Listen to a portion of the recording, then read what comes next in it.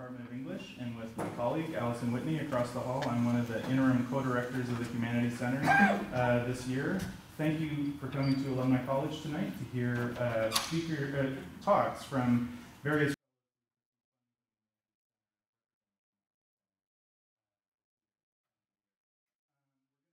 talks in each room, and then we'll take a 10-minute break so you can go next door if you want to get more refreshments and shotgun another glass of wine. That's all right. And then we'll pick up again, and Allison and I will trade off at halftime. So she will come over here, I'll go over there, and we'll continue from that. I have a few announcements in a second, but just to go through the format again, we'll have a 15-minute talk from each of our three speakers. And after each talk, we'll allow for 2 questions, and then we'll move on to the next speaker. So rather than go by time, we'll go by number of questions tonight. A couple of things that just to announce coming up. October 24th, if you're looking for a great film showing, the Humanities Center is sponsoring a film showing of The Prestige, Christopher Nolan film, The Prestige, and that is at 6 p.m. in Human Sciences, room 169. And if you have our newsletter, this is at the back, but I just wanted to call attention to it. Also, coming up in late November, we have another colleague of ours from English, who is another Humanities Center fellow. Aaron Braver will be speaking in the English building in room 201 at 12:30 p.m. So that's November 28th, and he'll be giving a lunchtime talk there. There'll be refreshments there, so you get intellectual stimulation and more snacks, which is, thank you, Humanities Center.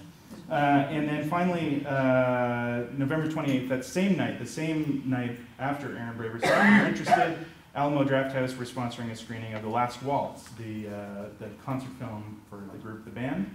That's at 7:30, and it's $5 at Alamo Drafthouse. So please come out and support all those things. Make sure you pick up the newsletter if you don't have a copy and you want to have a record of all those things, and keep track of the various Humanities Center goings on. So this session we've called On Monarchy and Political Leadership.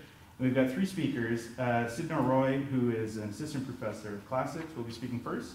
And then my colleague from English, Ryan Hackenbrack, will be speaking after Sid. And then Howard Kurzer, who is a professor of philosophy, will be speaking third. And you see the titles and summaries of their talks are in your program tonight. But I'm going to welcome Sid up first and get our program started tonight. Thank you.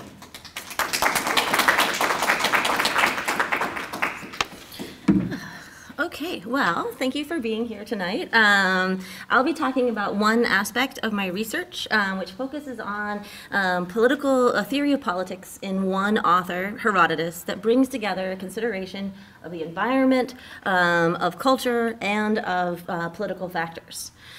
So first to get into who this Herodotus guy is. So he is a 5th century BCE Greek historian, and often acknowledged to be one of the first historians, or even the father of history. And his account, usually called the Histories, details the rise of the Persian Empire, which you kind of see is the extent in that map over there. And then its invasion of Greece, first in 490 BCE, and again in 480 to 479 BCE. And then after that, the Greeks' surprising and successful defense against the Persians. And the success of the United Greeks comes to be a defining moment for Greek society, especially in how they think and how they theorize about themselves and about others. And Herodotus, in his narrative, sort of indicates this by spending a lot of time providing cultural and political information, that is, he provides ethnographies about the many different societies in his known world. And this is sort of a rendition of how the Greeks maybe perhaps conceived of their world. And these information, at first glance, doesn't seem to quite connect to the overarching narrative. For some examples of what he tells his readers about, he talks about how the Egyptians mummify. Apparently there are 3 different methods. How the Indians harvest gold from giant ants. How the Babylonians worship Aphrodite, whisper, hint, it's ritual prostitution. And how everyone who lives near the Black Sea are idiots. But as random as it seems, much of this information, though not all of it, contributes to an appreciation of these societies as systems, and systems involving individual people, environmental factors, customs, values, and politics. And my argument is that these ethnographies contribute to an underlying theory of politics and international relations that will play out in the conflict between the Greeks and Persians and in later conflicts between the Greeks. So, no one has yet proposed that Herodotus has a coherent political theory, and many people actually even argue explicitly against it. For political theory, scholars tend to look to later writers such as Thucydides or Plato or Aristotle, who are much more explicit in how they think politically, but who are also clearly familiar with Herodotus. Scholars have, however, identified two consistent theories that seem to determine how a historian understands the world: environmental determinism and cultural relativism. Environmental determinism is a theory that has gone in and out of favor across the centuries, but I'm going to focus on the ancient formulation here. Essentially, it offers a theory of the world that's considerably uphived by Herodotus and his contemporaries, that recognizes that the natural world has an impact on a society's cultural developments and essentially creates a spectrum of hard or to soft or fertile lands upon which every society can be placed along this spectrum of hard to soft. And essentially the idea is best encapsulated in the final speech given in the entire histories by the Persian Empire, Cyrus the Great, to his people, who've asked if they can move from their rocky land in the mountains of northern Iran to the rich land that they've now conquered. And so he says, go ahead and do this, but if you do so, be prepared no longer to be rulers, but rather subjects. Soft lands breed soft men, wondrous fruits of the earth, and valiant warriors grow not from the same soil. And so Herodotus tells us that the Persians now realized that Cyrus reasoned better than they, and so they departed, choosing rather to be rulers on a barren mountainside than dwelling in tilled valleys to be slaves of others. And this theory of environmental determinism is used by both characters in the histories as well as Herodotus to himself to sort of explain why the Persian Empire was able to conquer the Egyptians, the Babylonians, and the Lydians, all well-developed societies and fertile lands, but not, say, the Scythians or the Greeks, whose lands are tougher and their societies are younger. The second theory that we see at play in Herodotus is something called cultural relativism. And cultural relativism in the 5th century essentially is a theory that encourages people to recognize that societies develop and use customs that seem best to them. And that one should be cautious and open before judging them. And the reason behind this, for Herodotus at least, is that everyone likes their own stuff. As he says, if it were proposed to all nations to choose which seemed best of all customs, each, after examination, would place its own first, so well as each convinced that its own are by far the best. But Herodotus isn't an absolute relativist, but rather a moderate one. He often is negative and negatively evaluates customs, but the customs have to be extreme, doing things like promoting inequality or murder. And it often usually depends on the custom. Different funeral practices might be strange, but they don't cause harm. Whereas human sacrifice is unacceptable to Herodotus, but he's still actually going to try to explain the reasoning behind it. So, in Herodotus, we have this connection between the environment and the culture. And a general position that societies practice customs that seem best to them, and that outsiders should reserve judgment. The final link is to politics, which I approach through a number of paths. And the link can first be found in the word nomos, and its meaning in ancient Greek. So nomos in ancient Greek can mean custom, culture, law, groups of laws, political constitutions. It has sort of a huge, wide range of meanings. And later authors will come to use this term in a more finite manner, but Herodotus and his contemporaries use the word in all its semantic context, even sometimes in the same sentence. So in his use of language, Herodotus presents culture and politics as sort of inextricably linked. And I want to focus on two significant uses of the term next to kind of flesh this out. Just before the Battle of Thermopylae, made semi-recently famous by the movie 300, an exiled Spartan king named Demaratus explains to the Persian king Xerxes why the Spartans will fight despite being enormously outnumbered. and basically that the Spartans will fight, and they're going to fight better, because as he says, they are free, but they're not wholly free. Their law is their master, and the nomos despotes, whom they fear much more than your men fear you. And the law tells them to fight until the fight is done. So here, Demaratus explicitly connects nomos to another social and political term, despotes, which can mean lord, master, specifically master to a slave, or despot in a political sense.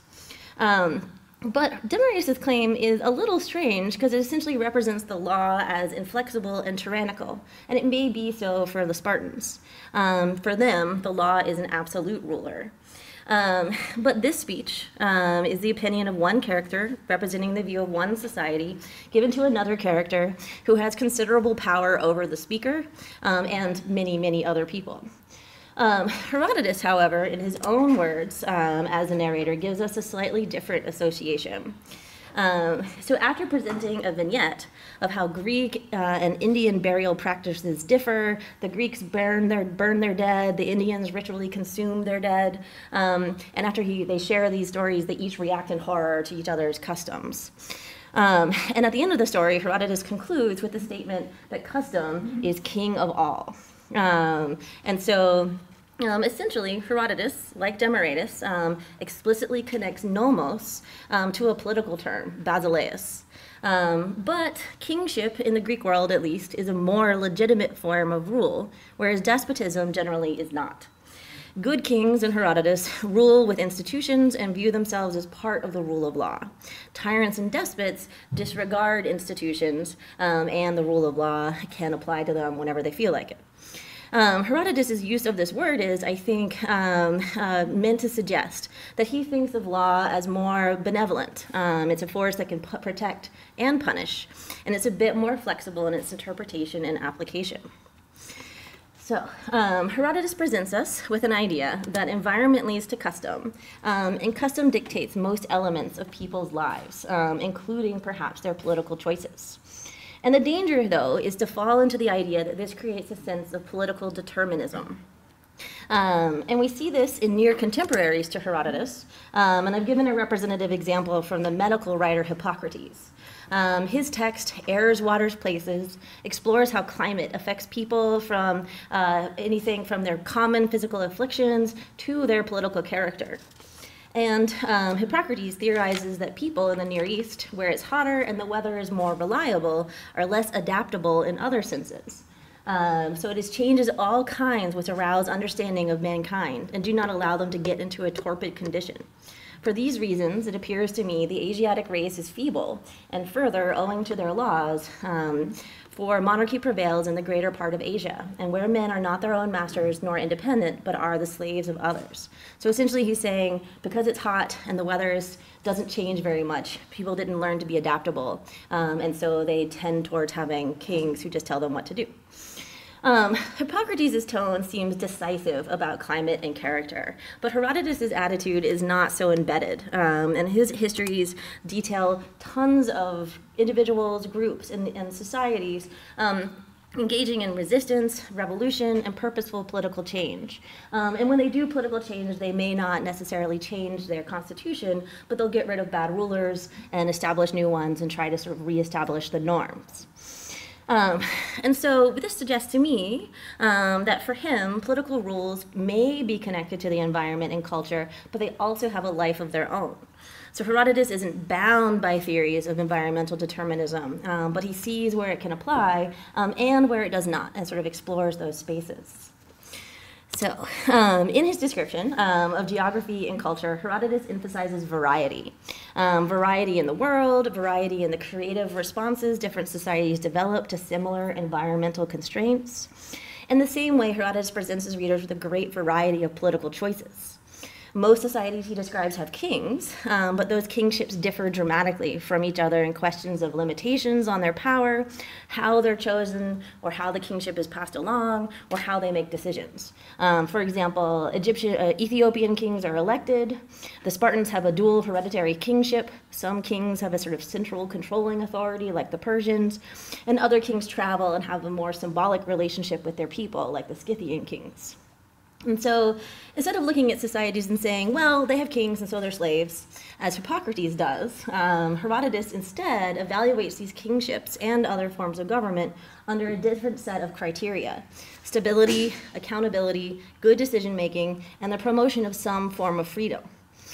And these criteria are the underpinning of a theory in Herodotus that I call political relativism. Each society produces a political constitution that best reflects their customs, and I would have to add in there their customs and their values. Societies should not be judged based upon the form of their government alone, but more importantly on things like how free their citizens feel, how they may petition their government for change, i.e. accountability, and how for redress against things like instability, poor decisions, and the denial of rights. So, accountability, and I just keep saying those words, accountability, stability, and good decision-making, as well as the promotion of some form of freedom, are fundamental traits of good government to Herodotus. But he shows that different societies balance these values in different ways. The Athenians value accountability over stability, so they have this really noisy, litigious, direct democracy with rapid turnover in political office. Whereas the Spartans like stability and good decision-making, so they have kings, a council of elders, and an office called ephors that oversee them all. And so it's through this kind of domestic theory of how government works that we get a hint of how Herodotus' theory might be applied internationally. That he identifies fundamental traits of good government that have nothing to do with constitutional forms, but with a mechanism that allows states to understand the motivations behind the differences in political form and account for them without feeling too much of an ideological gap. And so this kind of gets into the last part of my argument, which is more still in development, which is, for Herodotus, is there a subjective concept of freedom? Is it based upon how citizens feel, or is there something that we can objectively say that's freedom and so? And so the question of the subjectivity of freedom can be initially addressed, or how it can be addressed can lead to questions like, well, is the society valuing more freedom from a tyrannical government, or are they valuing more freedom to do what they want? And so sort of an active freedom versus a passive freedom. And then a secondary question is, which is more important? Is it collective freedom or is it individual freedom? That is, are you more concerned about falling under a government tyranny, or are you more concerned about coming under the control of an outside power? And so the question is, do societies have misunderstandings because they value certain types of freedom more than others? And essentially, within that, we could say, if freedom is not an explicit value in a particular government, should that even matter, as long as the citizens still have the right or ability to demand accountability and stability from their governments? And so the Spartans, who live under a despotes nomos, do not have a very free society individually, but collectively, they're able to assert autonomy and control over others. The Persians, who are an imperial power, demand collective obedience from the countries they conquer, but they grant and protect individual freedoms within their subject states. So they essentially do not understand why the Greeks are resisting them. And the question is, could the conflict have been avoided or changed if certain individual actors were able to recognize fundamentally different understandings of freedom between these two societies? And so I would say Herodotus' world and our own are plagued with ideological fights, often based around these fundamental concepts of government. And so what I suggest is Herodotus is a way of promoting a way of thinking through these ideological blocks to common ground questions about the function and purpose of government, which may perhaps allow for easier relations in international affairs and perhaps domestic ones as well. All right? Thanks.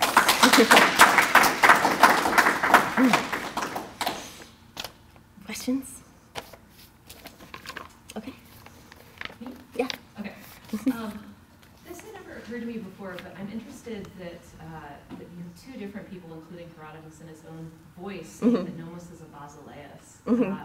And what does that mean? Is that still a live metaphor when you live in or when you're, when democracy and these things are in the air? To what extent? What's the relationship between? I think I think in some ways it makes even more sense as a live metaphor because the kingships that remain in place sort of institutionally, at least in the Greek world, are constitutional monarchies, right? Our city of Argos has a king, but he's constrained in his power, and there's an assembly and this and that. So sort of functionally an executive and military power. Same with the Spartans.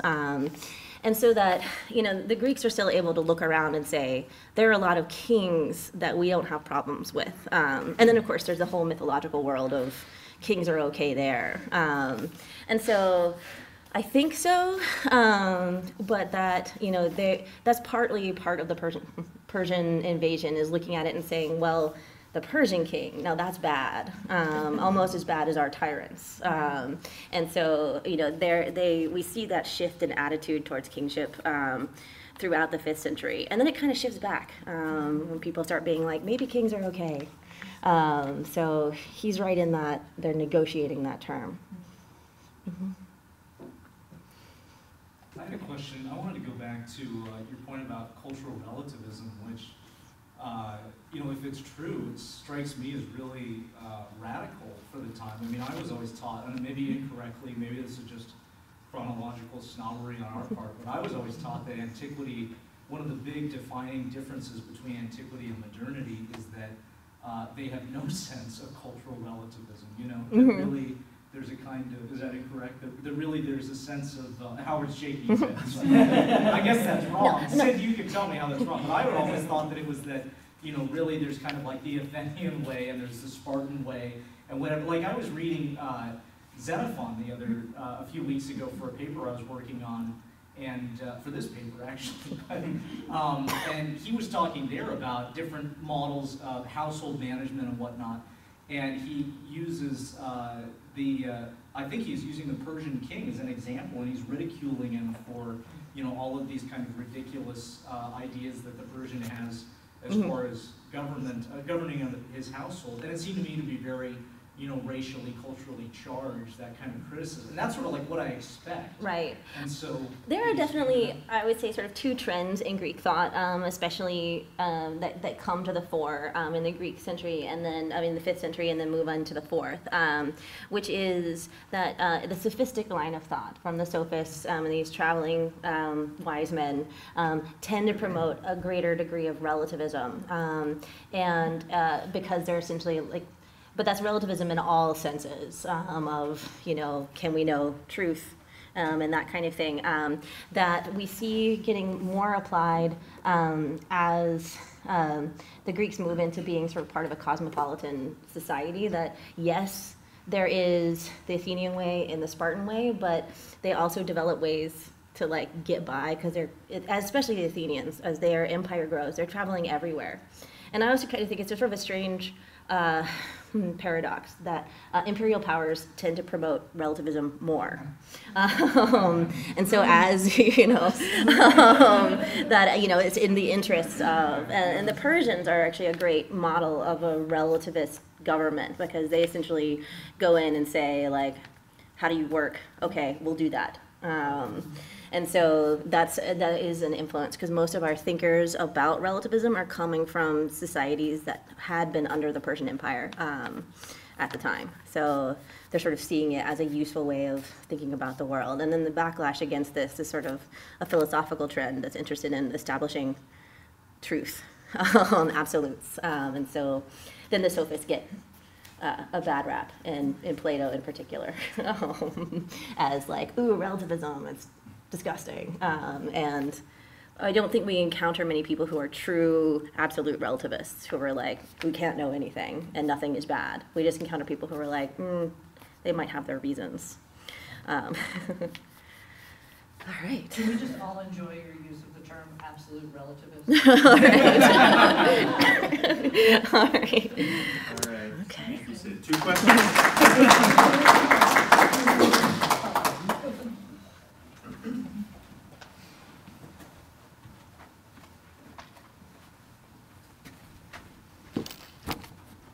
Okay. Thanks for the talk, Sid. Is there a mic up here, or is that just the echo? It's on the Oh, it is. Oh, okay. I see it there. Right. Thanks for the introduction, Mike. Thanks to the Humanities Center for a grant that let me go to London and do research at the British Library and spend a lot of time studying very old books. So on June 14th of this year, there it is. On June 14th of this year, and amid the ongoing debate over illegal immigration, the Attorney General of the United States, Jeff Sessions, held a public news conference where he defended his policy of separating immigrant children from their parents as both lawful and necessary. I would cite you to the Apostle Paul and his clear and wise command in Romans 13, Sessions said, which reads, "Let everyone be subject to the governing authorities, for there's no authority except that which God has established." A passage of some serious historical weight, since it had been used by American slave owners prior to the Civil War. So people immediately leapt to attack or defend Sessions. When asked about Sessions' quote in a White House press conference, for instance, Press Secretary Sarah Huckabee Sanders said that she agreed with Sessions, and she remarked, "It is very biblical to enforce the law." Similarly, when people pointed out that Jesus was a refugee and an immigrant, televangelist Paula White, who apparently is one of Donald Trump's spiritual counsel, insisted that Jesus and his family lived in Egypt, but they must have migrated legally, because to do so illegally would mean that he, quote, would have been sinful, and then he would not have been our Messiah. Still yet, Stephen Colbert, a late-night talk show host and an outspoken Catholic, he actually teaches Sunday school at his Catholic church, quoted the Bible back to Jeff Sessions, pointing out that had the Attorney General read a few verses further in Romans in the same chapter, he would have read, whatever commandments there are, they are summed up in this one command. They're summed up in this one command, love your neighbor as yourself. Love does no harm to a neighbor. Love is therefore the fulfillment of the law. By this logic, Colbert suggested, Christians are actually compelled to defend their neighbors, since this is what the new law of grace instructs them to do. Now, the thing that I find really intriguing about this debate is that no matter which side you stand on in the matter, many of the people involved resorted to the same text, the Bible, when defending or refuting Sessions' statement. Suddenly, this first century tent maker, the Apostle Paul, had become central to a 21st century discussion of what a government can and cannot do, and when, if ever, it's lawful to resist an oppressive government. One of the odd things about the debate, in other words, was that a religious text became a unanimous authority on a secular issue, and to see a religious text used this way naturally strikes us as a little bit weird. I'd like to suggest, however, that the Bible has long informed Western notions of obedience to the government, and that the European Reformation, when Luther, Calvin, and the other reformers broke away from the Catholic Church, brought Paul's writings and the study of Scripture to the forefront of political philosophy in 17th century England. In other words, though he didn't realize it when he was quoting Paul, Jeff Sessions was participating in a long tradition going back to Hobbes and Locke of using Paul's writings to define the relationship between citizens and their government. The debate over what Paul meant about obeying the authorities and how this might apply to people living in a society is in fact an old controversy, not a new one that stretches back at least as far as the two philosophers who laid the foundation for modern politics, Hobbes and Locke. So over the course of this brief talk, I'd like to dig into the debate between them over obedience to the government and the responsibility that people have to protect their neighbors. The Bible, I'd like to show, has more to do with government than we might realize, and secularism, as far as the successful separation of state from church and of politics from religion, is essentially a myth.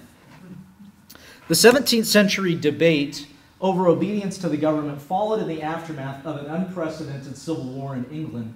Parliament accused the king of acting without parliamentary consent, and the king, in response, raised his royal standard in a declaration of war, a war that Parliament eventually won.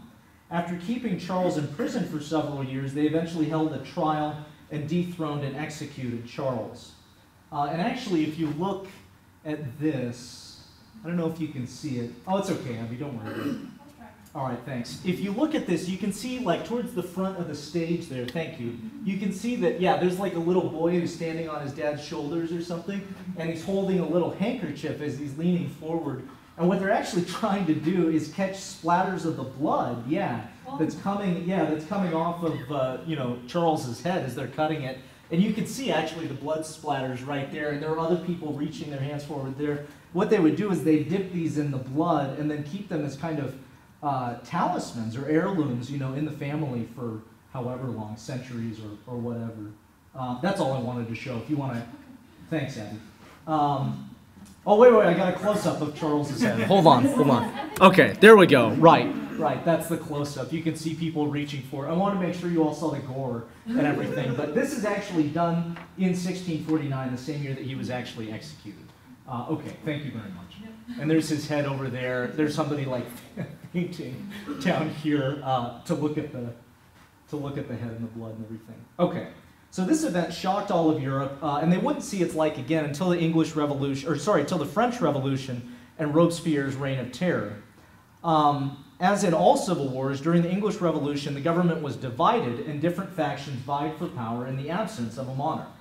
Now all of this matters a great deal for Hobbes and Locke because they both lived during the English Revolution, and it had a formative influence on their political thinking.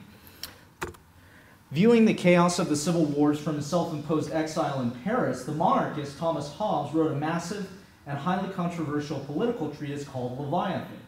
Far from the atheist he was labeled in his own day, Hobbes in fact made great use of Paul's ideas, and the model of sovereignty he promotes in Leviathan is essentially religious in nature. One example of this is how he uses Paul's injunction for Christians to, quote, submit themselves to the governing authorities. The same passage Jeff Sessions had quoted in defense of his immigration policies. The Leviathan, if you're not familiar with it, advocates a kind of Orwellian vision of absolute government in which the ruler, or the sovereign, holds a despotic authority over his subjects, who've ceded all rights they naturally possess to him. The treatise was Hobbes' response to the crisis of the Civil Wars, which is why he wrote it in English rather than in Latin.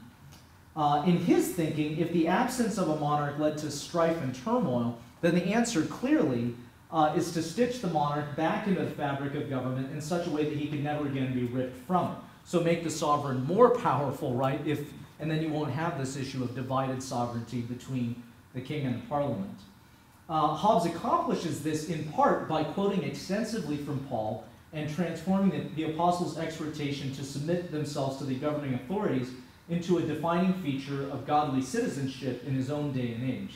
So, for instance, in the chapter titled Sovereignty, Hobbes defines the relationship between these two, the relationship between the sovereign and then the people he governs, as an act of the people's submission to the sovereign. And he says, so he's defining terms here. He says, he that carrieth this person, meaning the body politic, is called sovereign, and is said to have sovereign power, and everyone besides is his subject. The attaining to the sovereign power is by two ways. One is by natural force. So if a man makes his children submit themselves and their children to his government, as being able to destroy them if they refuse, or by war subdue his enemies to his will, giving them their lives on that condition. So one way is by forcing them against their will to submit. The other is when men agree amongst themselves to submit to some man or assembly of men voluntarily, on confidence to be protected by him against all others.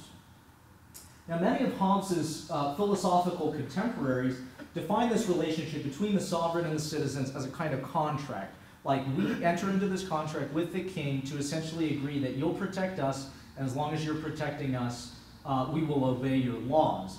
Hobbes, by contrast, defines it as pure submission. And that happens to be exactly how Paul describes a Christian's relationship to the government and the people around him. And one thing I would just add here is that this sort of takes a little bit of understanding about how the Bible works in early modern society, but essentially you've got a society that in mid-17th century England is maybe like 50% literate. Would you say that's about right? Abby says that's right. So you've got a society that's about 50% literate. In the early 17th century and the 16th, obviously, it's much lower than that. And so the way that people are memorizing the Bible is by listening to it during sermons, during evening prayer readings, when the patriarch or someone in the family would maybe read the Bible to the rest who are illiterate. And so you get in the habit of memorizing not only passages and chapters and entire books even, but particularly key words. And so a word like submit is something that's going to stick in their minds. And so for us to hear a word like submit maybe doesn't conjure up anything immediately, but for them, my argument is that it would immediately conjure up Paul's writings because he uses that word quite frequently. So Paul says, submit yourselves to the governing authorities. Paul tells the Romans, for there is no authority except that which God has established. And then here are some other key passages I've got for you. So Submit yourselves to other Christians and to everyone who joins in the work and labors at it from 1 Corinthians. Submit yourselves to one another in the fear of God from Ephesians. Wives, submit to your husbands as unto the Lord, also from Ephesians.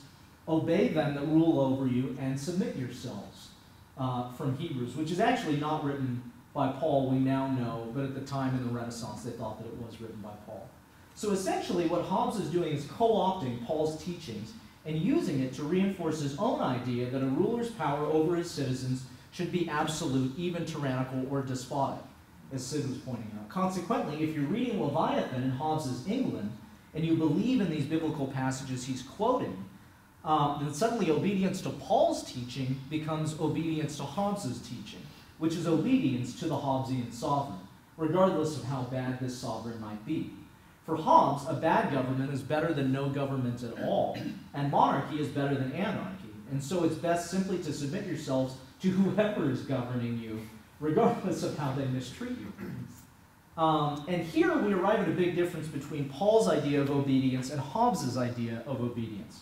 For Paul, the reason you submit to the governing authorities is not only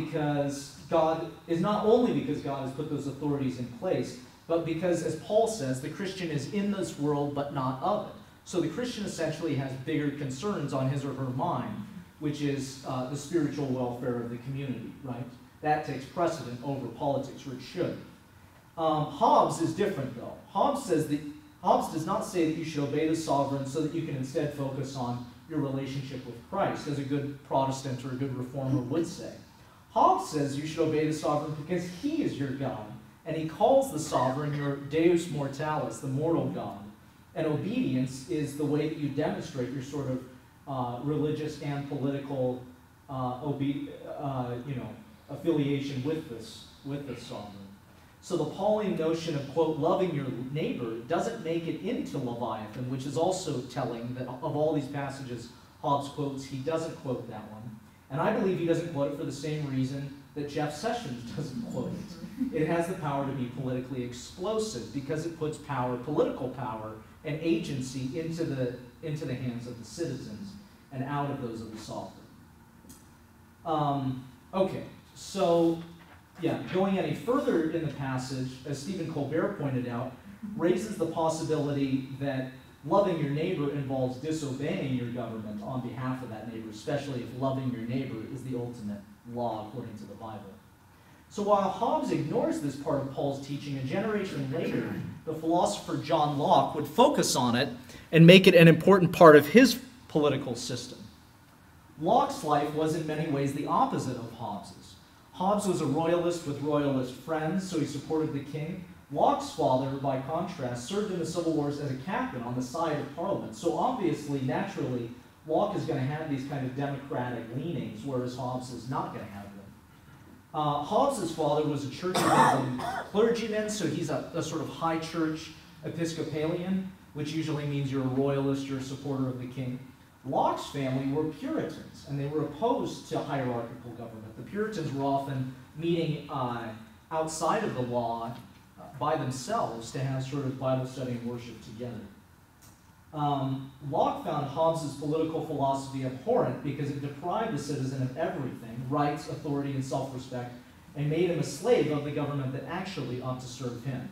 And so whereas Hobbes praises the human sovereign as a Deus Mortalis, Locke is quick to point out that we are all, quote, the workmanship of one omnipotent and infinitely wise maker, all the servants of one sovereign master, sent into the world by his order and about his business. They are his property, whose workmanship they are made to last during his, not another's, pleasure. And if you remember your Sunday school lessons, workmanship is another key word that Paul uses. So Locke's statement echoes such Pauline phrases as, quote, we are God's offspring, from Acts, and, quote, we are his workmanship, created in Christ Jesus unto good works, from Ephesians. So as Locke would have it, because we are God's workmanship, and because God is sovereign over human authorities, we have an obligation to protect the image of God in ourselves and in our neighbors. Man being born, Locke writes, with a title to perfect freedom, hath by nature a power to preserve his liberty, that is, his life, liberty, and his estate. To preserve his property, that is, his life, liberty, and estate. So we must, Locke says, remember that absolute monarchs are but men. End of the quote. And we therefore have a right to question our government and to investigate the nature of its operations. Citing Paul's letter to Timothy, Locke writes, quote, God has given us all things richly, and so it is to him we owe our allegiance, and the nearest place we find God is in that creature fashioned in his image, the human being, the man or woman sitting next to us. It follows then that the best way to truly safeguard the liberty of ourselves and our neighbors is to restrict the authority of government. This is the essence of liberalism, and thanks to Locke, it owes much of its conceptual structure to Paul. There's a fascinating sort of transformation taking place here in Locke's writings, and I'll show you sort of side by side what I'm talking about. So whereas Locke preaches that we are born free and that, quote, the natural liberty of man is to be free from any superior power on earth, he is in fact appropriating Paul's claims about the freedom we have in Christ. You, my brothers and sisters, are called to be free, Paul writes to the Galatians, and, quote, it is for freedom that Christ has set us free, which seems like kind of a tautology, but anyway, we won't nitpick with the Bible. In conclusion, I'd like to suggest that the presence of Paul in the political thought of Hobbes and Locke complicates our understanding of secularism today. It is not that we in the West were once pre-secular, then secular, and are now post-secular, as some critics like the philosopher Charles Taylor have argued. Instead, I would offer this: we've never been secular, and consequently it follows that without Hobbes' totalitarianism, we would not have had Locke's liberalism. Without Locke's liberalism, we would not have had Thomas Jefferson's republicanism. But without Paul's writings on the freedom we have in Christ, we would have had none of these. Thank you.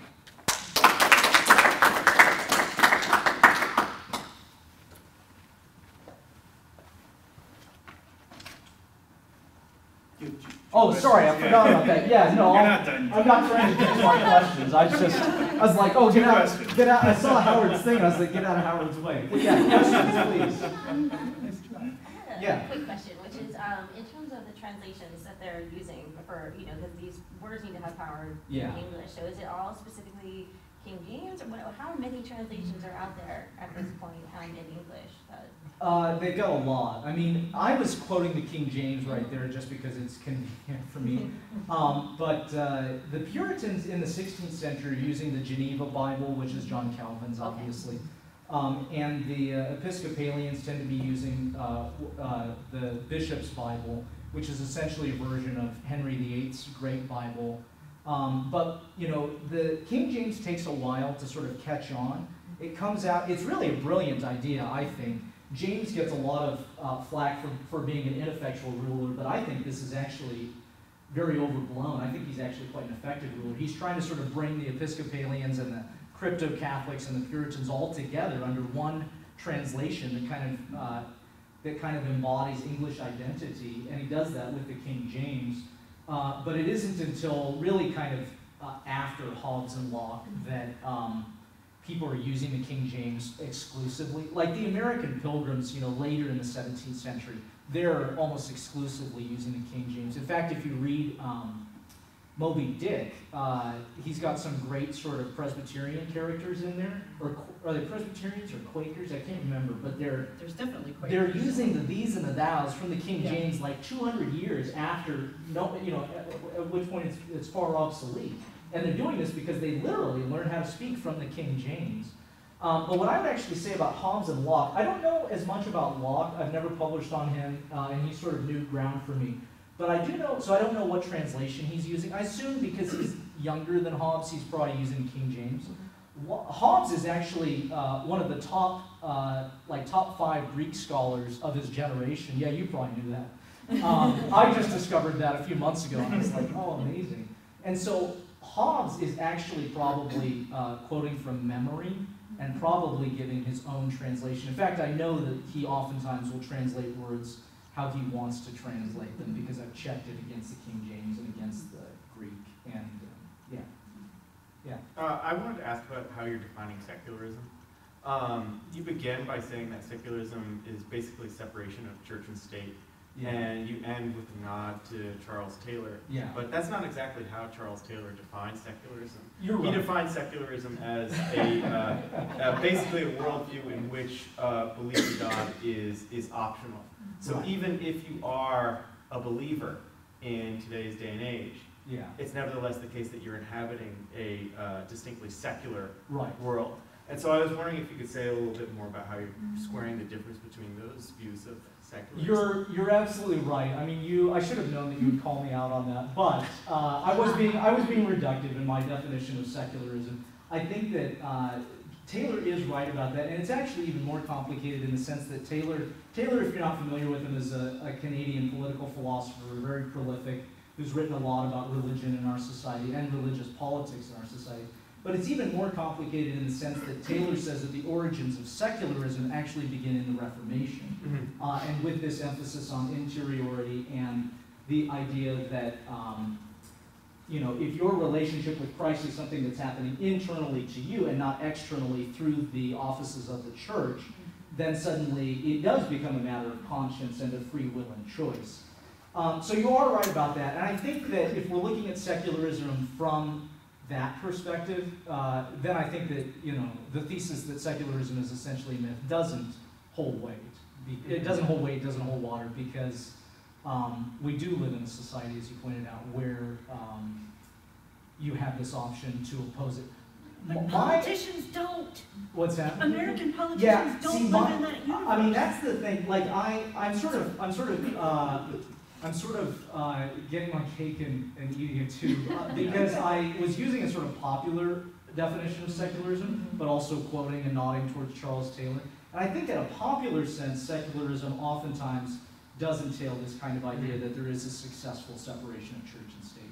And so in that sense, Sure, secularism as a kind of political structure. yeah, or the idea, yeah. Do you want to say something? Well, I just want to say, I mean, it's literally the case that American politicians have to make some sort of lip service to religion, and Right. usually the Christian religion. So if we're talking about the political sphere, right, and the political discourse that defines how we think about power and sovereignty, which is exactly what Jeff Sessions and Sarah Sanders and Stephen Colbert are doing, that lives in a place that is not secular.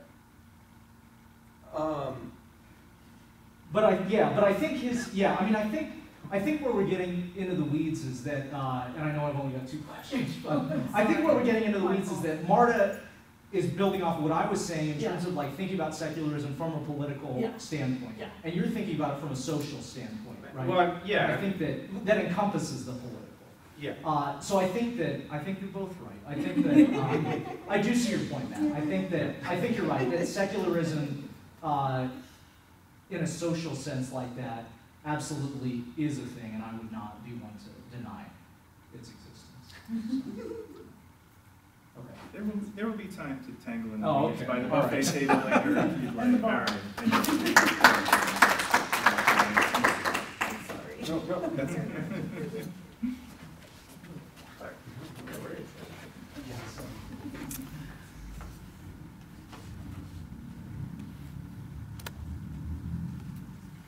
Okay. There we go. So my title is Stingy King Meets Savvy Sage. I'm going to be rethinking a dialogue between King Xuan and a philosopher named Mengzi. So here's a little bit of background. Mengzi is a follower of Confucius, maybe the most famous follower. He lived during the Warring States period in China. For a while, Mengzi was an advisor to King Xuan of, I don't know how to pronounce these things, Qi. I'm going to be discussing a dialogue between Mengzi and Xuan. And so let me just give you the events, and then I'm going to talk about them. King Xuan substituted a sheep for an ox in a ritual sacrifice. And his people think he's a cheapskate, because sheep are cheaper. Mengzi suggests to Xuan that he was motivated by compassion for the ox. And Mengzi says this shows that Xuan has the sprout or the beginnings of benevolence. And he goes on to say that Xuan can therefore become a fully benevolent ruler by extending his compassion for the ox to the wider circle of his subjects. But Schuon doesn't want to do that, and he says, look, I have these weaknesses.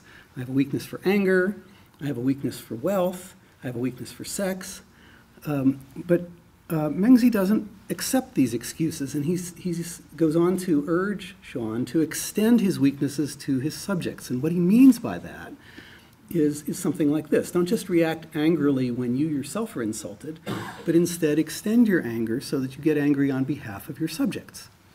And something similar for wealth and sex. Don't just seek more wealth and sex for yourself.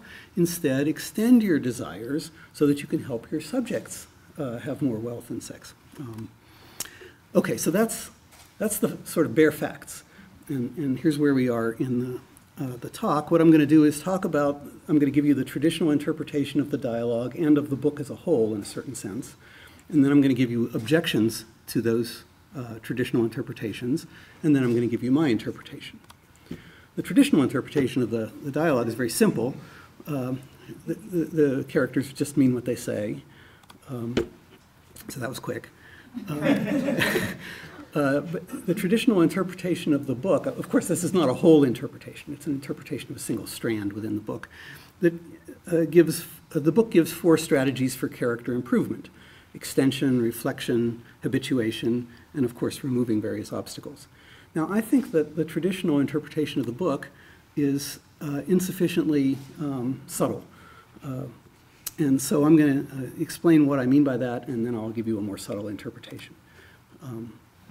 So here are my objections. And the first one is that when you substitute one animal for another, it's not evidence of compassion at all. That's sort of obvious. The second objection is this. Now, Schuon worries that extending his benevolence will be too difficult.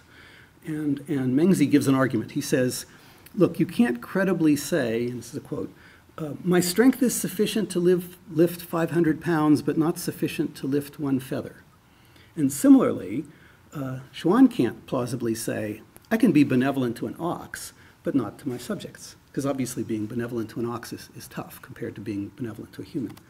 But notice something interesting about this argument. It depends on the assumption that having compassion for an ox is impossible, really. Here's a third objection. If Mengzi really wanted Schuon to extend his compassion, he could have used a less controversial starting point. His parents, his other family members, condemned criminals that Schuon talks about in the text. Elsewhere, Mengzi always says that we begin by taking certain people as the objects of compassion, and benevolence grows by applying to more and more people. He says this in various places throughout the book. He never says that benevolence extends from animals to people, and in fact, he says that you can't be benevolent to animals. So the fifth objection to the interpretation of the dialogue, to extend character traits is to apply them to a broader range of objects. But that's not what Mengzi wants Schuon to do at all. He's not asking him to confront more people and pursue more wealth and seduce more women. And the reason is that Schuon has weaknesses, and weaknesses are vices, and you don't get virtues out of vices by extending them. Okay, so now I've shown, I hope, that the traditional interpretation of the dialogue doesn't work, and now let me get to work on the interpretation of the book. The problem is that the book gives too few strategies for moral improvement. If you think about reflection, it presupposes that the agent already has more or less correct beliefs on which to reflect. If you think about extension, it assumes that the agent is already responding reasonably well to some objects and needs to extend that good response to more objects. If you think about habituation, it assumes that the agent is responding reasonably well toward everybody, but only in certain respects. So you have to, move from responding well in certain ways to responding well in more ways. But that's too few strategies. All of those strategies presuppose buy-in, and they presuppose sort of partial progress. But when you think about moral improvement, a lot of people start their character improvement from vices rather than from partial virtues. So what you need, so what people have is often no commitment to improving at all, or no sprouts of virtue, Or even worse, they have what I could call overgrown sprouts. That is, they have character traits which lead them in the wrong direction. So what we need are strategies for producing buy-in and for starting from scratch, and even strategies for recovering from false starts. So I'm now going to give you my interpretation, which is going to solve all these problems. On my interpretation, Xuan really is stingy rather than compassionate, just like his subject said, and Mengzi knows it. And so he's flattering Xuan with undeserved praise for his benevolence. And Xuan accepts Mengzi's flattery in order to avoid looking like a cheapskate, but by accepting that flattery, he acquires a kind of incentive to become good, because once he's donned the appearance of virtue, he has to sort of act like it. So the strategy Mengzi is using is not extension, because Xuan has nothing to extend. What he's doing is creating a sprout of benevolence out of nothing by pure flattery. And when you look at what he says about anger, Xuan responds to insults with excessive anger. He's what we might call irascible. And what Mengzi is doing is urging him to get angry about injustices to his subjects. But those are very different things. Anger with respect to insults toward yourself and anger about injustices to somebody else are really completely different. So Mengzi doesn't want Xuan to extend anything, although that is what he says. What he wants him to do is redirect his anger toward a new target. We might say to sublimate his anger, using sublimate in a loose sense. And similarly for his weaknesses for wealth and sex. What he's urging him to do is dial back his attempts to get more wealth and sex so that his subjects can have opportunities to do those things. That's my daughter getting married. All right. Mengzi is urging Xuan to prune his overgrown desires for wealth and sex rather than extend them. We're at the last section.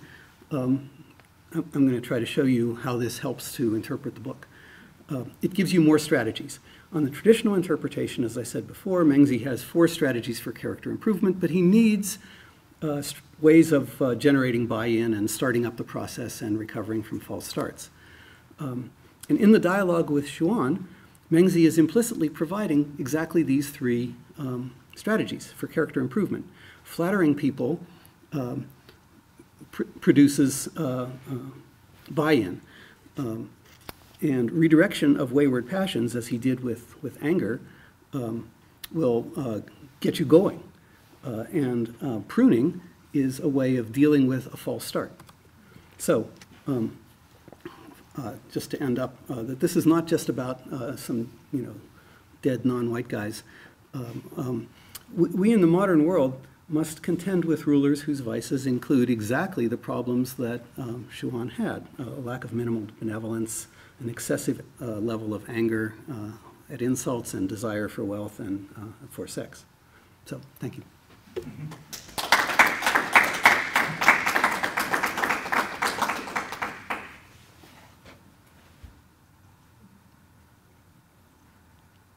Oh, that was easy. Could you, thanks Howard, could you elaborate a little bit more on the modern application? I mean, I think we all knew what you were hinting at, but I think that, yeah, do you want to talk a little bit more about, I guess I'm hung up on the word, like, must contend, in the sense that, are you suggesting that the original text is didactic for us, or simply that we face a similar kind of, okay. Just that we face a similar kind of problem. And actually, I don't have any particular tyrant in mind. I think that this description fits a lot of tyrants. Yeah. I mean, I have my favorite tyrants, of course, but I don't think it's necessary to. That's remarkably reflected in child-rearing books of how to teach empathy, as this kind of, you have to implant benevolence, you have to redirect, and so that you do things like say, like, thank you and good job, you didn't hit me today. Like, until you get to, like, thank you, because that's sort of, but yeah. So. Right, thanks. It's been a while since I read those child-rearing books. And, But indeed, I think that a lot of the tasks we have when dealing with certain kind of politicians is to treat them like children. I'm just wondering how you would translate this into the language that Trump can understand. Some of this is relevant. I think that the foreign diplomats are trying to do something like that. They flatter him, and that's as far as they get. He's chief of staff to be. Yeah, I mean, I think that part of the Mengzi failed, and probably because Xuan was a sociopath. And I think that these strategies just aren't going to work on sociopaths because, nothing works. But so I'm not proposing them as surefire silver bullets. They're just strategies that might work. Probably more useful on children than tyrants. Well, I don't want to keep you from the food, so. All right, yes, if you'd like to go get more refreshments, we have a short break and then we'll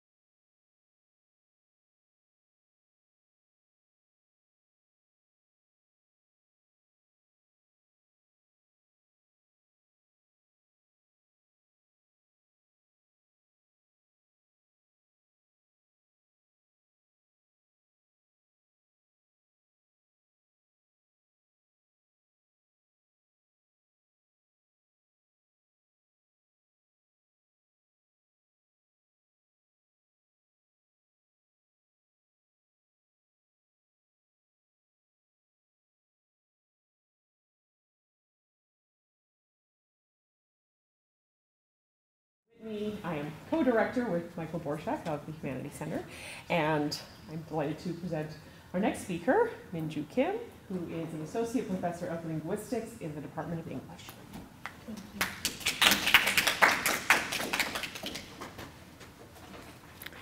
Good evening.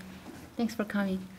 So the title of my talk is, as you can see, Effective Uses of Demonstratives and Their Cross-Linguistic Variation. Demonstratives are expressions that are used to point, typically.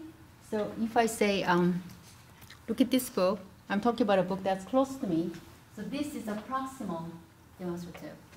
But if I'm talking about a book or a picture that's far away from me, then I will say, look at that picture. So that is an example of distal demonstrative. What's interesting about demonstratives is that they are universal, which means every language so far has been known to have them. And they are among the very first words or lexemes that children acquire. So that says something very special about them. And yet, despite their cross-linguistic universality, the way in which they behavior differs from language to language. So for example, in German and English, you would use demonstrative to express something, some sort of attitude you have towards an entity, or to build solidarity with your interlocutor, a hearer. But in languages like Japanese and Korean, such functions are lacking in the usage of demonstratives, and the function of this is called something emotive or affective. So to illustrate this, suppose I'm talking to a friend of mine, and I'm saying, you know, there's this guy I've been going out with for a few weeks. By using this, I'm including some sort of attitude that I have, right? I don't have to spell out what kind of attitude it is. It's a little different than just saying there's a guy. And you know, now I'm really happy that the NPR is now back, right? So during the fundraising season, you will hear this a lot. Pick up the phone and call us right now. So by using that, the speaker is like almost like he can envision the phone that I have. Something like that. There's that effect. What's interesting is that language like German, they do have demonstratives and they function like English this and that. But Korean and Japanese languages, they also have demonstratives. And they're very elaborate, but somehow they lack the function like this and that in contexts like 2 and 3. So the two questions that I want to address today are, number one, why Japanese and Korean demonstratives cannot function the same kind of effective function that you just saw in 2 and 3.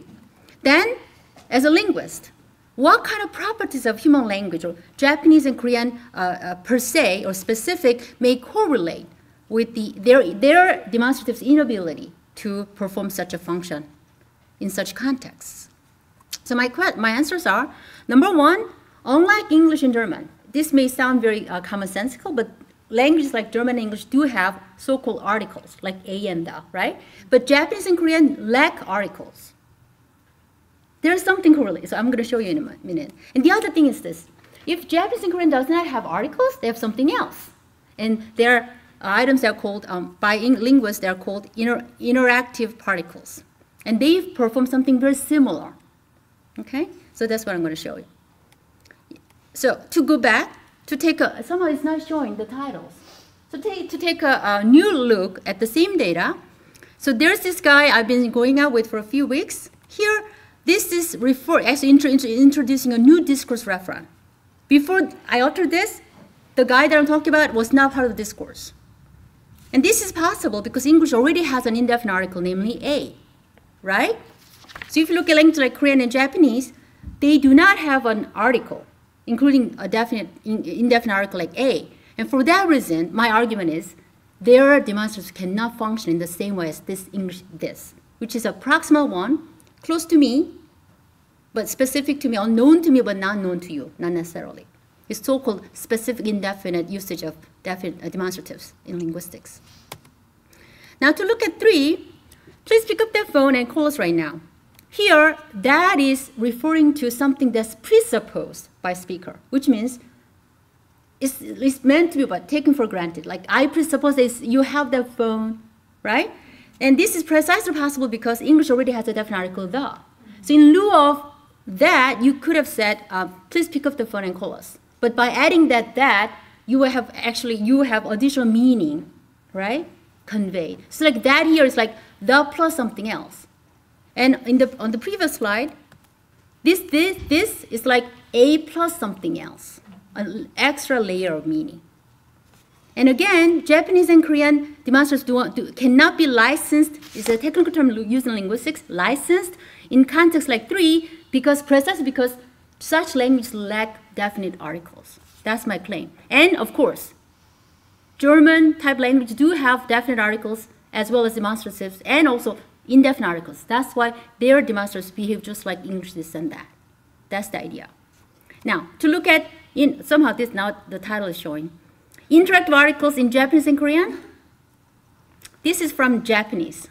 So, oishi. This is an adjective that means tasty. But Japanese is a language that can drop the subject if it's a pronoun. So even just by saying oishi, I'm talking about some subject that's implicit, retrieval in the discourse. So I'm saying, I'm asserting this tasty. Mm-hmm. You and I know what I'm talking about. But now look at this one. Oishi ne. This is ne. And this is an example of what? Interactive particle. And this guy has no meaning. There's no way you can translate it because it doesn't have a meaning. There's so much written about this article, this particle, and no native speaker, or nobody thinks that it has a meaning, a lexical one. So it's very difficult to translate that into English. But it's the closest you can do is like, it's tasty, right? It's tasty, isn't it? And I can't really, we can only approximate the meaning. But it's like something like that. So by using this ne, the speaker is like inviting the speaker, the hearer, sorry, to be in line with you. It's like I'm inviting your involvement as the hearer in this discourse. Make sense? Yeah? So then now oishio. Oishio, this yo, in lieu of ne, you have this particle occurring. And again, just like the ne, it doesn't have any meaning. So how can we translate that? I don't know. But one way to do it, based on my consultation with native speakers Japanese, is like, I don't know what to think of it, but I think it's tasty. It's tasty, I'm telling you. Depending on the speaker, you could be a little more assertive.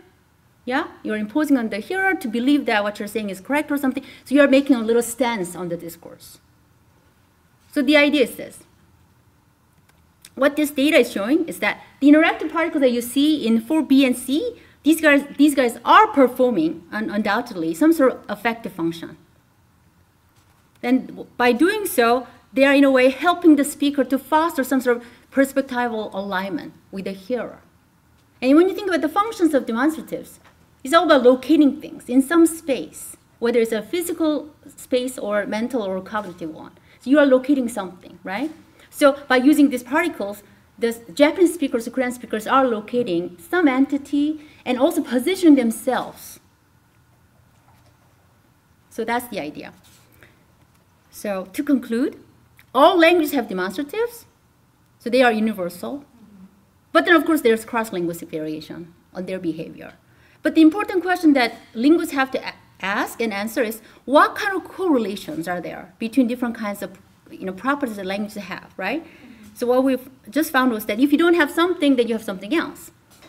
So demonstratives do behave differently across languages, very subtly, and yet every language has a way of encoding the same kind of meaning. In this particular case, what is called affective meaning.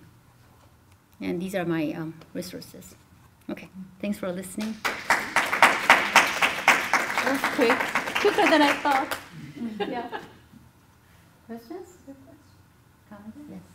I love this. Oh, thank you. I have a question about where your findings fit kind of within the broader context of what's been found related to affective, the conclusion that this is serving an affective function in Japanese and Korean. Are there, can you speak to it? Maybe, is this your data set or how it is my expansive data. is your data set? Well, the one that I just introduced, that I just presented to you from Japanese is from my own students' work this spring. Yeah, but the whole picture is my own idea. Okay. Yeah. And have you encountered others who have suggested this, or this is? But the people, a lot of them have looked at demonstratives, and a lot have looked at like interactive particles independently, not seeing the connection. And also, but articles versus demonstratives, right? They didn't see the connection. So what I'm doing is like basically, in training, I'm more of a formal linguist, which means I look at the connection between form and meaning.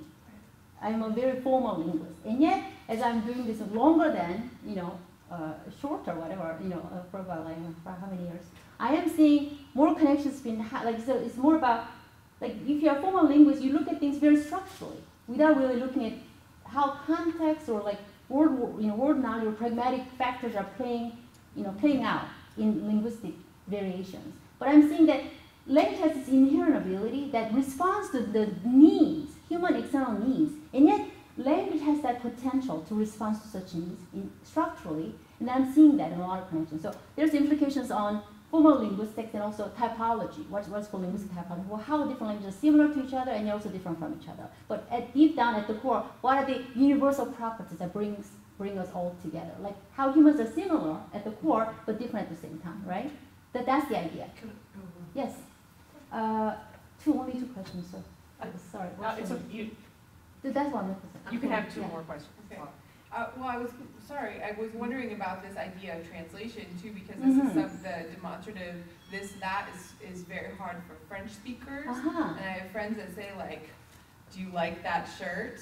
And I was like, which shirt? But they mean this shirt, right? But they flip it. Yeah. And so I wondered, is there something that is it?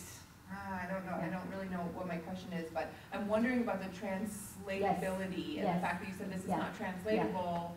But is it something that language learners, Japanese language learners struggle with, or that they mix up? So in some related work to this one, it's coming out as part of a book next year. But the other more developed work that I'm doing, which is now under submission as some journal, is that all these different variations that you can point to or ascribe to demonstratives across languages, and at least in my analysis, can be reduced to a certain set of features, just only a handful of features. And you can postulate plus feature and minus feature. So in this case, you can say that maybe in French, like the domain in which demonstrative meaning is calculated or computed in could be either just plus physical, not minus physical. So it's only like they operate in a very physical domain, but not in a very cognitive and mental domain. In that case, their usage of the demonstrative can be more confined to such cases, less abstract. Does it make sense to you? Yeah. So there's only like six sets of features that you can kind of identify, and the feature combination, which is very computational, very mathematical, right? It will give you a very so many possible feature computations. So does it make sense? Yeah, permutations.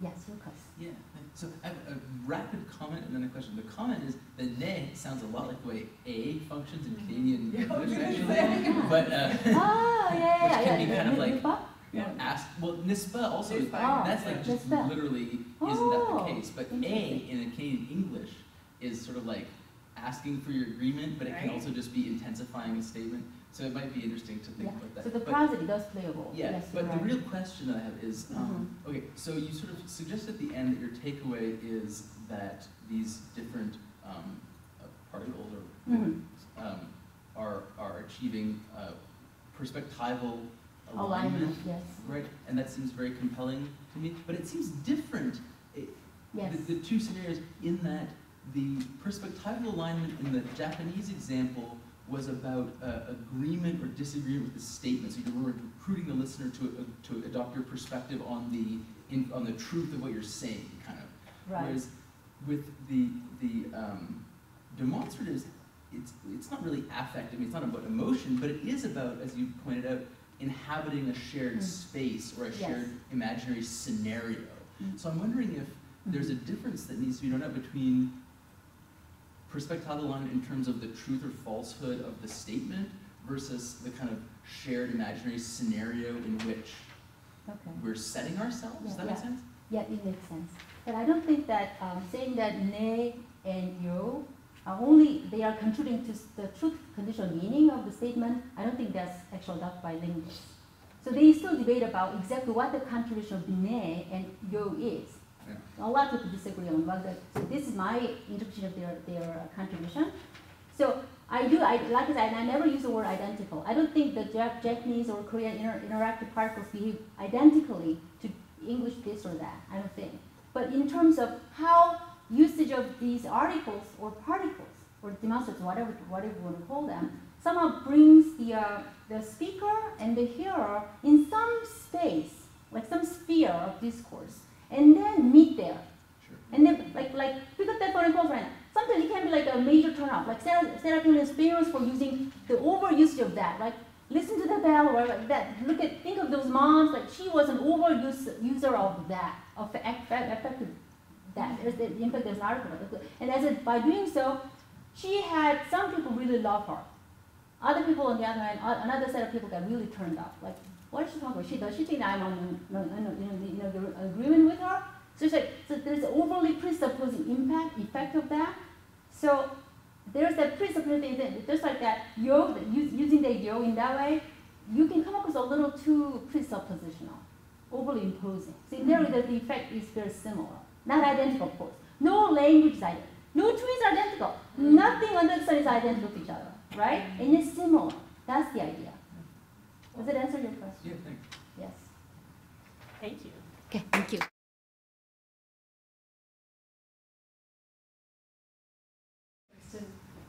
Who is an assistant professor of French and applied linguistics.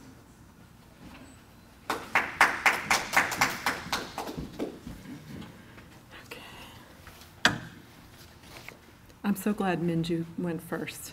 Why? Everything here will now make sense. Okay. Okay. This talk is entitled Developing Second Language Literacies Through Digital Social Annotated Reading. So let me ask you a question. Have you ever picked up a book and noticed that readers before you had written notes in the margins? Do you read the notes? What do the notes suggest about who else has read the book? Have you ever read a margin note that you wanted to respond to or question or contradict or erase, or a margin note that gives you a new way to interpret the text before you? Or were you annoyed by the comments, silently cursing the sloppy reader who preceded you? Do you write in the margins of library books in pen or pencil? Annotating text is a time-honored practice in reading for scholarly purposes, perhaps also for pleasure reading. Annotating the Bible, medieval texts, often with multiple readers around the same manuscript, same copy of the manuscript, serving at times to socialize others into the ways of thinking and knowing of a particular community of readers, how to read this text. Annotating in the contemporary age is often also promoted in educational settings as a specific learning strategy. However, as texts can be copied and disseminated almost limitlessly, annotating presently is often an individual activity. Digital tools have afforded new ways of reading, annotating, and sharing texts, bring social annotations back into currency again. For example, this particular free platform, known as Live Margin, where readers can join a closed or an open group online and have access to the same virtual copy of a text which they can annotate and dialogue about in the margins through threaded chat-like comments. These comments can be created by their peers, as in this example, or by a professor, as in this example. And this particular practice has been referred to as digital social annotated reading, or DSAR, as I'm going to call it throughout this talk. Indeed, a great body of research from multiple disciplines has demonstrated the positive effects of not only annotating, but annotating in a group. For example, researchers Vanderpoel, Admiral, and Simons conducted a study in which participants read articles on French linguistics through a DSAR platform and found that combined with an additional so-called evaluation function where participants could rank the comments and rank the relevance of a particular comment, the tools increased the overall relevance of students' comments and replies and understandings of the text. In another study, working with undergraduate pre-service teachers, Yan Sun and Fei Gao in 2014 had a group of participants discuss a website through an unassociated discussion forum, the classic Blackboard discussion, and another group annotate and discuss through the tool Digo. And then they had the group switch and found that in general, the comments on Digo were much more anchored in the textual language, whereas the comments through the online discussion forum were much more global, summative in nature, not necessarily always co-present to the ideas on the page. So that's essentially what this project is about. This consists in the design of a research study examining digital social reading practices among beginning/intermediate students in French, with the intention of identifying optimal pedagogies and tools to promote the teaching and learning of reading. So reading instruction in mainstream foreign language classrooms, and many experts are in the room here, you can disagree or not, it is historically flawed at the beginning levels for countless reasons. First, students are often left to their own devices to read a text at home and come prepared to discuss the text in class. Typically, when this occurs, the result is either non-participation or imprecise citations or evidence of anything but close reading. Quote, teaching reading in a foreign language has often centered around the belief that successful reading in the second language is a summative process of 1, knowing how to read in the first language, plus 2, knowledge of the linguistic code. And so that is to say the grammar and vocabulary of the foreign language. But decades of research in second language reading have proven this to be incomplete at best, if not an inaccurate view of reading processes, which are indeed influenced by the first language, but require knowledge of reading the way that the foreign language encodes meanings in its own way. So another problem is that if reading is addressed in the classroom, it's often going around the room, reading the text out loud, which is not reading, this is just mere pronunciation practice. Or texts that are selected seem to be used as an example of a particular linguistic structure or informational texts about a particular cultural reality, after which students are asked to answer surface-level comprehension questions about factual details. So these kinds of practices ignore reasons for which texts are created in the first place. To my knowledge, writers hardly ever write with the purpose of showing off how well they can do the subjunctive. They write with a rhetorical purpose from a particular standpoint, social standpoint, in a particular context, choosing language very carefully to reflect the meanings that they want to reflect. Just as readers in a first language need to learn this, so too do second language readers. So the result of such pedagogical non-strategies is that reading in a foreign language is often a buzzkill. About 20 students were asked at the early intermediate level to complete the sentence, reading is. And here are their aggregated responses. Okay, important, fun, words, life, easier, etc. The same students were asked to complete the sentence, reading in a foreign language is. And here are their aggregated responses. These are all students of French. So this suggests to me students who had not been exposed to any particular strategies about reading or texts that inspired their interest. So what if the texts that second language learners could read were authentic texts, that is to say, texts written by members of discourse communities, such as this excerpt from a blog post? The kinds of texts would be vastly different. Instead of, or perhaps even in addition to, students gleaning some facts from an informational text about strikes and unions in France, they could be exposed to actual discourses, inherently polyvocal, about strikes and unions. So this particular text, a blog by one individual who does not participate in strikes, moves the conversation about strikes and unions from a monolithic presentation about a cultural factoid to an invitation to explore various linguistic discourses or various cultural discourses through different voices. Furthermore, these texts tend to be multimodal in nature, and these visuals from this same blog could ultimately be interpreted as part of the overall communication landscape. Not to mention the additional reader comments that often ensue in an online text. However, such texts, quote, in the wild, can be daunting for students.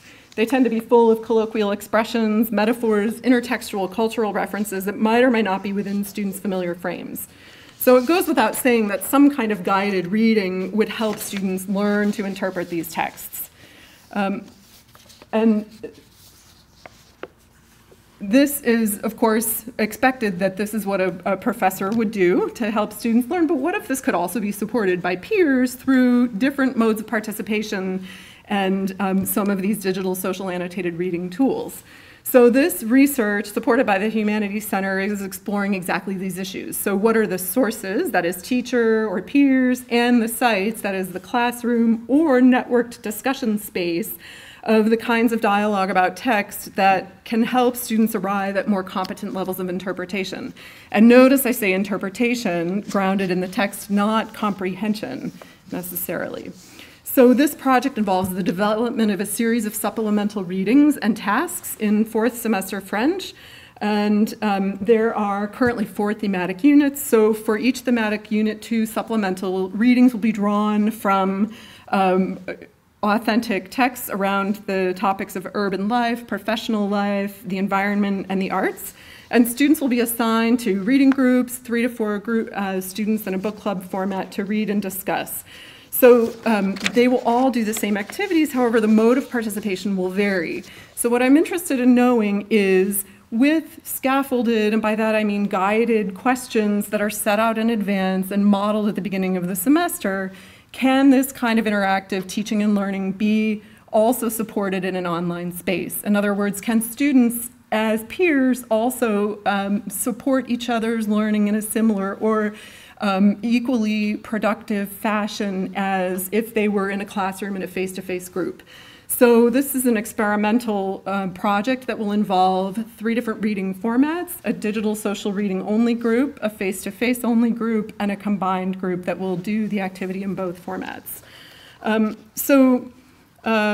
The digital social reading groups will read an article through an online platform called Hypothesis, which affords the annotation of existing web pages on pre-selected texts. An idea, to give you an idea of some of the kinds of activities that might be done, drawing on the work of multiliteracy scholars such as Rick Kern, Catherine Arns, Janet Swaffer, Hiram Maxim. A sample teaching reading sequence might begin with attention to global factors of the text. Students make prediction on textual cues. Look at the overall page. Where do you think this might have appeared? What is the genre? What textual features give you this impression? Read the title, scan for major headings, and gradually move toward micro details, perhaps that get at questions of genre and how the particular genre is realized through the choice of linguistic structures. Now these might be self-explanatory or self-evident in a language arts curriculum or an English curriculum, or even in advanced foreign language courses where the study of text and interpretation is part of the fabric. However, it is not necessarily something that is done in the beginning language classes. So the materials will be piloted this semester, and the full study will be conducted in the spring semester pending institutional board review approval. So 3 questions are being asked. First, how does the mode of participation contribute to the quantity and the quality of dialogue about a text? So to answer this question, transcripts from the margins will be annotated, or the annotated text and the online and the face-to-face recorded discussions. Second, what is the relationship between the quantity and quality of the dialogues and students' overall interpretation of the cultural discourses addressed with each topic? And finally, what is the relationship between the mode of participation of reading activities and attitudes about reading in a foreign language? Some have asked what reading in an online platform affords that reading together in class doesn't. First, more and more reading practices are taking place in digital spaces. Why not mirror the kinds of literacy practices that students are engaged in the real world? Second, some studies have shown that when text and dialogue are co-present, as I mentioned earlier, the comments tend to be more productive and anchored in the actual text rather than what some have called topic stray. That often happens in discussion spaces where that text is not there. Third, written communication has the potential to foster more intentional or perhaps more sustained reflection. So if the oral interactional mode, the dialogue is rapid and ephemeral, a transcript allows a student to go back and revisit a text such that reading becomes a recursive process that is then also infused with perspectives from other readers. Also, dialoguing through writing encourages more precise elaboration of meanings than the oral mode, often because interlocutors are not immediately present to negotiate meaning. There must be more clarity in the beginning. And then finally, more timid or less proficient or even introverted students have more opportunities for participation in different ways. With an impending move to online or hybrid courses lurking, it's imperative, I think, that we better understand the processes and mechanisms through which students can develop second language literacies in online spaces. What is more, digital social reading opens up greater potential for networked reading, possibly also with members of the very discourse communities that from which texts emerge, especially through a tool like Hypothesis, where students can network with real readers readers from the discourse communities of text, or also from all kinds of perspectives around the world once it becomes developed. So in conclusion, when we learn a foreign language, we do so, of course, because we want to be able to communicate with members of a discourse community beyond our own. It's not enough to simply know the linguistic code, but we must also be knowledgeable about the values, the beliefs, the practices, the conventional ways of talking about such of those communities. So beyond better understanding how particular instructional formats contribute to the co-construction of meaning in interpreting authentic text, it's hoped that this project might also impact views of language learning such that the object of learning in the foreign language classroom is no longer merely grammar and vocabulary, but rather reflection on the way that the said linguistic and other semiotic codes are recruited by members of discourse communities to express particular meanings. That boyfriend or this boyfriend or that guy, that picture have stakes. Learning a foreign language then would be a process of being socialized oneself into such discourse communities through participation in those communities' textual practices. Thank you.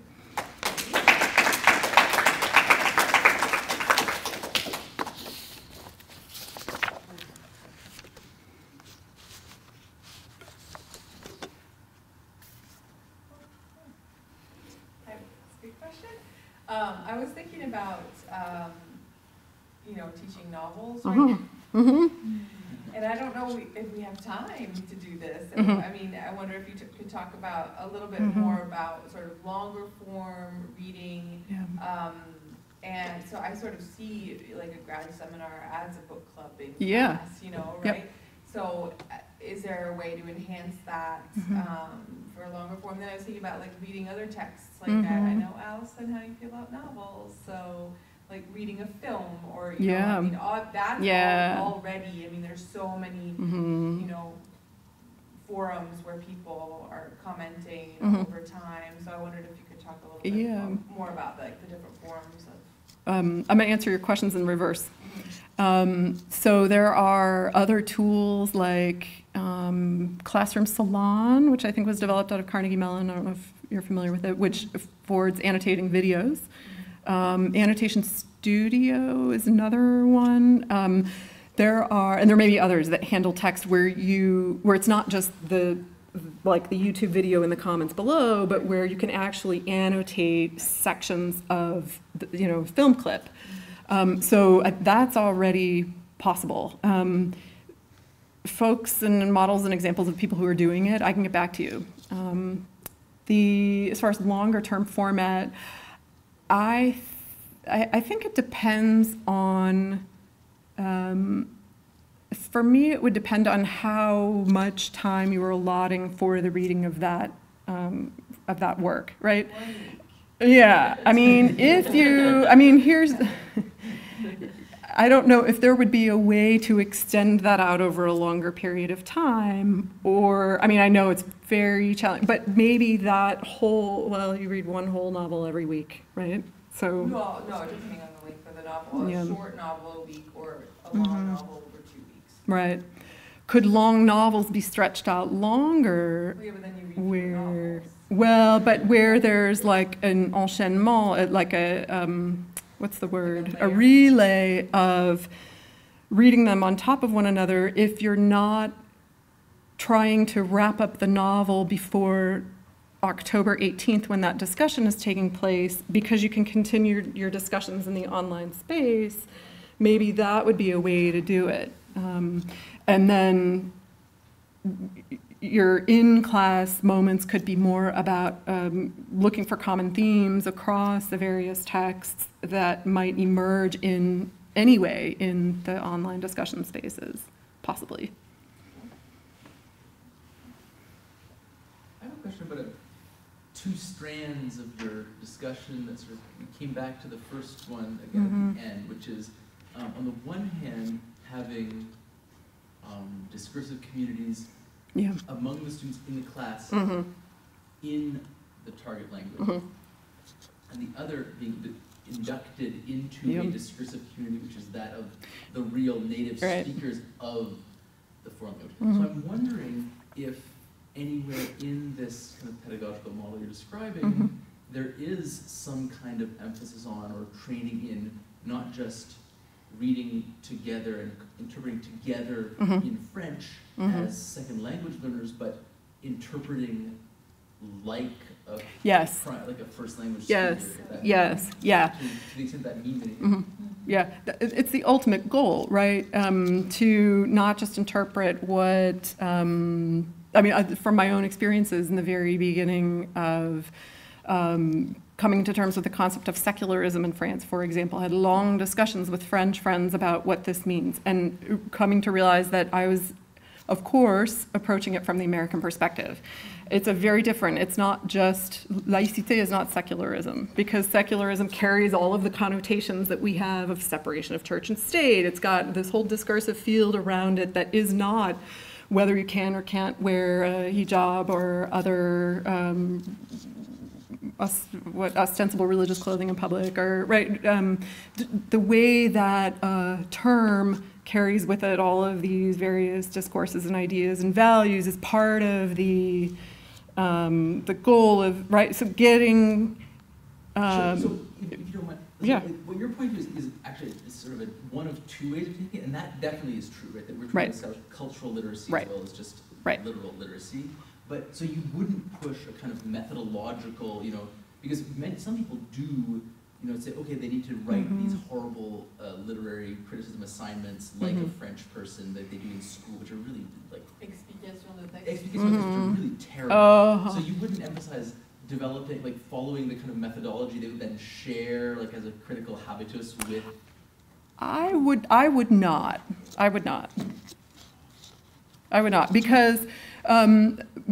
because I would ask, what is the point for the students of learning how to produce those kinds of texts? I would rather give students tools for learning how a particular discourse community acts and talks. For example, how do people, and this is actually a study that was done by Australian researchers, how do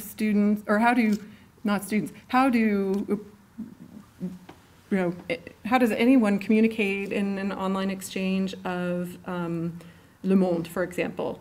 What are the appropriate ways of engaging in conversation about a newspaper article or a political topic or whatever else?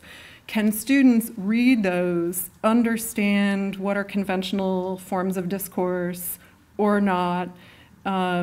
If they can, then for me the goal is almost there. Whether they can appropriate those or not is more interesting to me than, full appropriation, I don't know, I don't believe in, because there's always variability in how everyone communicates anyway, but maximal exposure is my goal, so that there is a possibility to be accepted as a participant in that conversation. So I don't know if that answers your question, and we might be out of time. Allison's squirming in her seat. Sorry, thanks. No, that's all right. Thank you very much.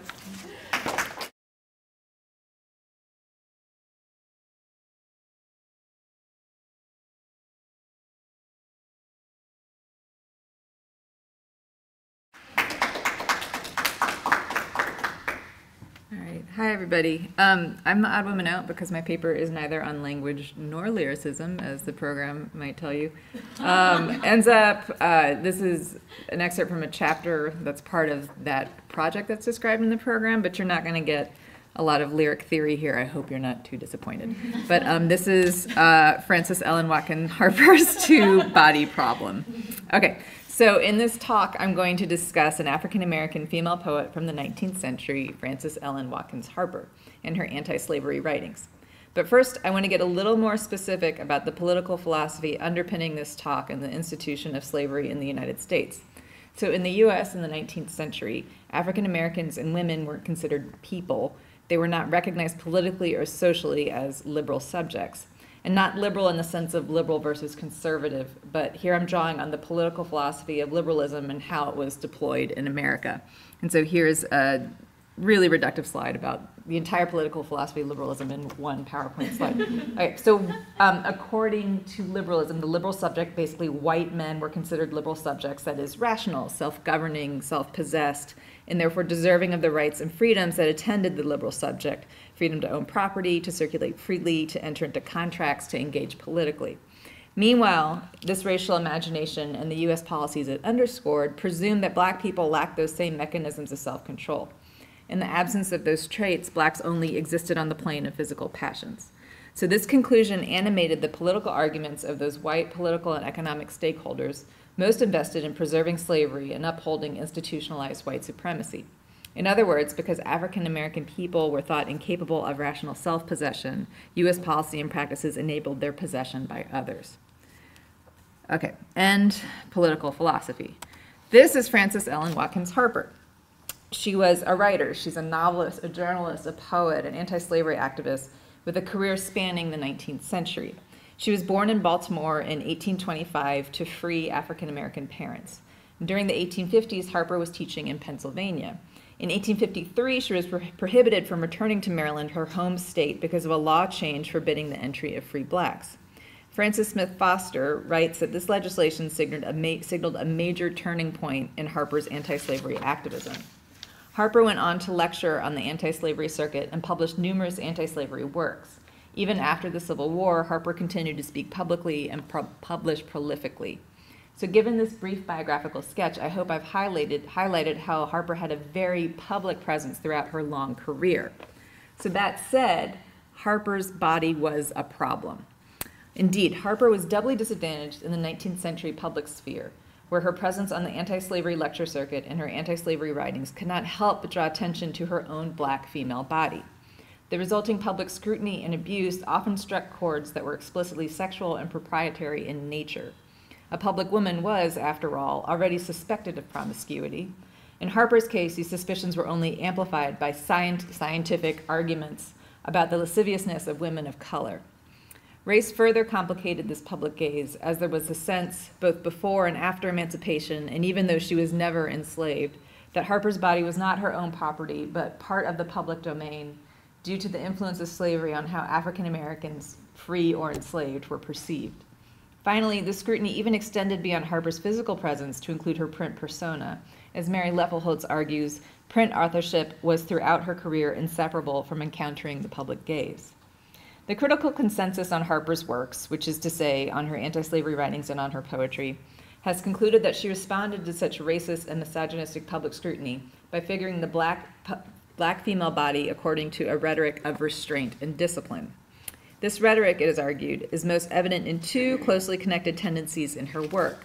First, critics argue that Harper's poetry and prose evince diversionary tactics designed to minimize sexualized attention to such a body. According to critics, her second tactic replaces any sexual associations with modest assertions of rational self-possession. Carolyn Cericio aptly captures the interplay of these tendencies when she argues that Harper's poetic restraint enabled her to, quote, represent corporeality while figuratively avoiding the public's inappropriate gaze. Taken together, these tactics enabled Harper to maintain some semblance of a public body, and as Carla Peterson writes, for the purposes of, quote, calling attention to the plight of the weak and the oppressed while refusing to scrutinize their bodily form. In sum, critics agree that Harper's works, from her poems to her prose, exhibit a rational restraint that downplays the public presence of black bodies, especially her own. And she was successful. Her reviewers, quote, emphasized the quietness of her body, the chastity of her language, and the purity of her voice. So contrary to this critical consensus, I argue that Harper's apparent efforts to back away from the body instead suggested its centrality to her work, and such body-abnegating practices actually serve to reaffirm its presence. Harper's poetry dwells on the bodies of those who are enslaved, I argue, and she does so by developing a poetics of disassembly. Her poems, in other words, dissect Black bodies and depict their component parts. By presenting pieces of a body rather than the embodied whole, Harper rhetorically affirmed her restraint as well as avoided cultural expectations about the promiscuous Black female body. Indeed, Harper could be said to rationalize the body in the sense that she breaks it down and reorganizes it. For Harper, such disassembly does not abet slavery or its racial logics, but instead recognizes how, in the words of Saidiya Hartman, quote, liberal narratives of individuality idealize mechanisms of domination and discipline. In other words, the circumscribed singular subject offers no resistance to slavery's violence, but creates a focal point for slavery to exert more control. In lieu of traditional individualism, Harper creates differently embodied selves that avoid the problematic encumbrances of proprietorial selfhood in the context of slavery. She fashions a solution in which the sum of body parts exceeds notions of the circumscribed individual self. So for Harper, no figure better captures this poetics of disassembly and the issues of gender, race, and politics that accompany it than the enslaved mother. Rather than focusing on the institution of slavery and its denial of self-possession to African American women, I will linger with Harper on the connection between disassembled bodies and mothers who exceed the boundaries of the singular subject. For Harper, motherhood complicates liberalism's autonomous self-circumscription by reminding us that no person is entirely separate from others. Every individual once shared a mother's body. Through this maternal figure, Harper can address two barriers to liberal selfhood. First, slaves are considered private possessions, not people, and as private property, slaves were decisively excluded from public political participation. Second, encumbered or extended by their children's bodies, mothers were forbidden the self-circumscription synonymous with liberal selfhood. As Elizabeth Dillon argues, quote, women's bodies have been described as insufficiently bounded, the penetrable female body is understood to be inherently lacking in autonomy, conjoined to children and dependent upon men. In the context of the United States, these two conditions combine into a devastating consequence. Motherhood as a means for perpetuating profit. I argue that Harper's poetry contravenes liberalism's notions of individual circumscription by reflecting on how enslaved mothers' bodies and the enslaved children attached to those bodies were broken down into publicly saleable parts. Yet this poetics of disassembly was not without its affirmative aspects. Aspirants to the rights and freedoms associated with the Black liberal subject, Harper's enslaved mothers did not seek to merely achieve individuality, but to exceed it. Through this maternal figure, Harper offers a revised, expansive liberalism based in notions of community, not individuality, from which the Black, free, and female subject emerges. So I'd like to illustrate these claims by discussing Harper's poem, Eliza Harris, which was published in 1853. And in Eliza Harris, Harper makes this appeal by reimagining one of the most famous scenes from Harriet Beecher Stowe's famous 1855 novel, Uncle Tom's Cabin, in which the enslaved Eliza and her son successfully crossed the Ohio River to escape slavery. And here are some images from illustrations of Uncle Tom's Cabin as it was republished or theatricalized across the 19th century, and you can sort of see it gets kind of extreme, goes from here to like extremely dramatic very quickly. So this Harper poem is going to be dramatizing this very scene as well. So in Harper's retelling, Eliza declares that if she cannot free her son, then she will kill him. It might be hard to imagine that infanticide could represent anything productive, but in Eliza's freedom, Harper recognizes a new Black selfhood and the reality of the racial liberalism that conditions it. In Eliza Harris, the process of affirming a free Black subject starts with a poetics of disassembly in order to complicate liberal individualism. For an eponymous poem, we never glimpse Eliza as a whole. Instead, Harper focuses on her fading face and provides pieces of Eliza's body at the same time that she adds other bodies, more specifically her son, to it. So these are the first two stanzas of the poem. Like a fawn from the arrow, startled and wild, a woman swept by us bearing a child. In her eye was the night of a settled despair, and her brow was overshaded with anguish and care. She was nearing the river and reaching the brink. She heeded no danger, she paused not to think. For she is a mother, her child is a slave, and she'll give him his freedom or find him a grave. Once Eliza is declared free after crossing the Ohio, as we will see, her face and body belong to her and her alone.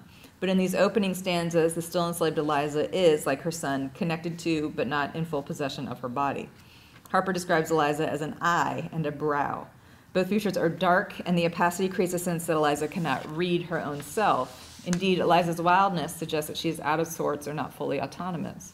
In Harper's telling, the enslaved mother does not appear to possess autonomy over another body, her child's body, but as long as she is enslaved, such autonomy can only be exercised in his death. The act of bearing her son, much like she bore him in pregnancy and childbirth, reiterates the peculiar relationship motherhood presents to the logic of liberalism. How is individual circumscription possible when mothers and children are conjoined? Eliza's threat of infanticide emphasizes the multiplicity of motherhood. Eliza can choose to kill her son because he is in a perverse sense hers, and his life is hers to determine. Mothers are not singular subjects, but in the context of slavery, such multiplicity is self-defeating. Once Eliza is free, Harper offers a new vision of motherhood in which self-ownership recognizes and in fact relies on life-affirming bonds with others. In other words, circumscribed individualism does not necessarily attend liberty in Harper's version of Black liberalism. So consider these stanzas where Eliza makes her escape and gains her freedom. In agony close to her bosom she pressed the life of the child of her breast. Oh, love from its tenderness gathering might had strengthened her soul for the dangers of flight. But she's free, yes, free from the land where the slave from the hand of oppression must rest in the grave, where bondage and torture, where scourges and chains have placed on our banner indelible stains. With this strength gained from contact with her child, Eliza makes her harrowing leaps across the river's ice chunks. When the next stanza declares that she is free, a multi-bodied mother, a mother who gathers power from her child, has complicated the circumscribed, self-possessed individual associated with liberty and liberalism in the United States. Her child is the life of her heart, and in this poem, Harper incarnates this sentiment. The child is the life force that sent blood through her heart, giving her the energy to move and ensuring their freedom. Eliza therefore relied on others. Her freedom is neither individual nor autonomous. This expansive self models Harper's hopes for the liberated Black subject. And here we have the last stanza of the poem. So in Harper's version of Black liberalism, the individual self must exceed its boundaries both physically and politically. With the rapture of love and fullness of bliss, she placed on his brow a mother's fond kiss. Oh, poverty, danger, and death she can brave, for the child of her love is no longer a slave. The mother experiences fullness, suggesting that the Black liberal self exceeds the boundaries of normative liberal selfhood. The last line affirms that the edges of the self have been exceeded because the child of her love is free. That is the child who augments Eliza's body, heart, and soul, and life. In this blissful state, Eliza and her son are free from poverty, danger, and death, the life-limiting fears that accompany racial liberalism. The qualities that previously signaled defenselessness, race, and gender now combine to make an abundant, multi-bodied self. That's it. Thank you.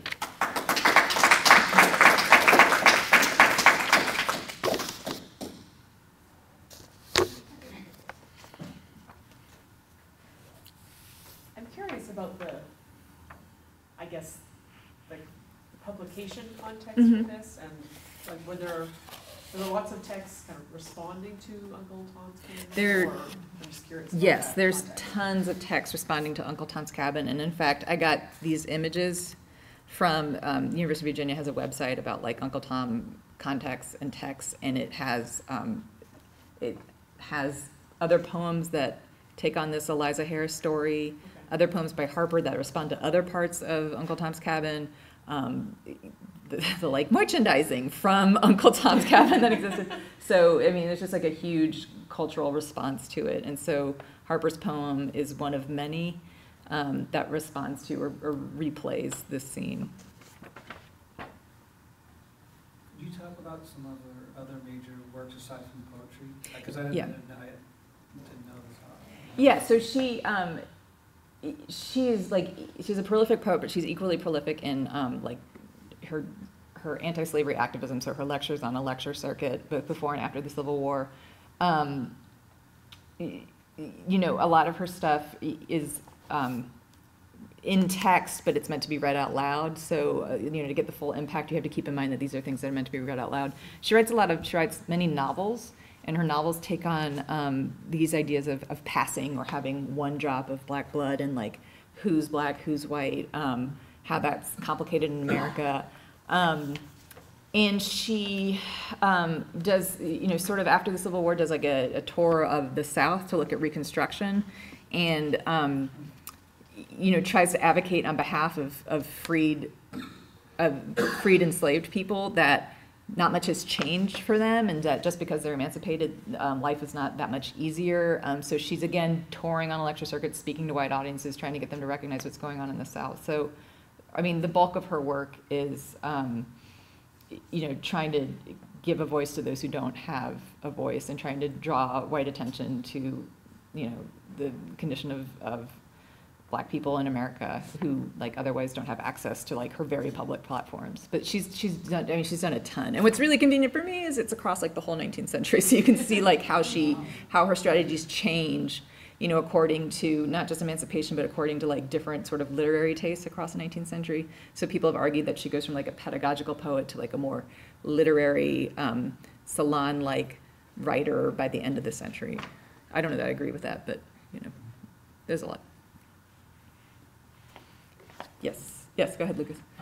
So I think your theoretical model for thinking about this seems really persuasive and interesting. My question is, is this refashioning of the liberal subject that you see going on in this poetry about the production of a specifically African-American version of liberalism, as you said, but I think in passing? Or is it more a refashioning of liberalism as such in a kind of de-racialized way, which might apply to all bodies, which in particular might apply to all female bodies? Here's where I will punt and say, in the larger project, I'm arguing that Harper is crafting a specifically Black liberalism. And I base this on theories of a racial liberalism that have been articulated more recently by Charles Mills, but that Harper is envisioning what we could call a Black liberalism that draws on the normative white liberal subject in America, but is also very different because that normative white liberal subject has underpinned, Black oppression for hundreds of years. So it can't possibly be that. It has to revise it, and the revision is, one of these things where it's both the opposite and it is it. So it's more expansive. It's rooted in community. Individualism must come out of community. Community is created by individualism, one of these things. But I'm arguing, I don't know that Harper would be yes, I was totally trying to recraft the American subject, but that's my reading of her. Okay. What do you want to ask? Well, I was just going to say, the disembodiment, it seems like there are a lot of women that are presented like that throughout literature. But I was thinking about just the fact, she's crossing the river, and the fact that the country is also sort of cut in half or divided. Have you worked with that at all?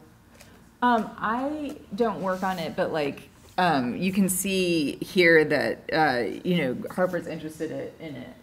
She talks a lot about how the country's stained, or what is the country going to say, or how can the country feel like this. So she's invested in sort of taking ideas of a divided nationalism and kind of redeploying it in her poetry to sort of make her point. So I'm not. Is it a metaphor that the two-body problem is also the country? I haven't thought of that, but I like it, and maybe I'll revise incorporate. You already helped me with another chapter, so maybe maybe I can talk about that. That's interesting. I like that. Yeah. Okay. Well, I'm going to put on your last slide there. Thank you. So as the slide says, thank you for attending my college with us here. Those of you who presented, we're going to take a quick photo of us in the hall after this. And the room with the food is open for another 26 minutes. So, so thank you all for coming.